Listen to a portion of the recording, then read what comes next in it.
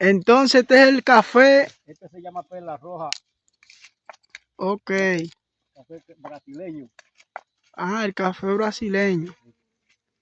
Ustedes saben, mis amigos de Agricultura Interesante, aquí con el agricultor Roberto Ruiz.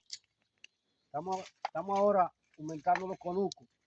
A ver si podemos seguir trabajando, con el favor de Dios.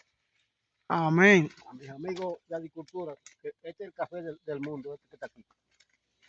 El mejor café, o uno de ellos. Con una varilla te llena una latita de mantequilla, te llena, con una varilla.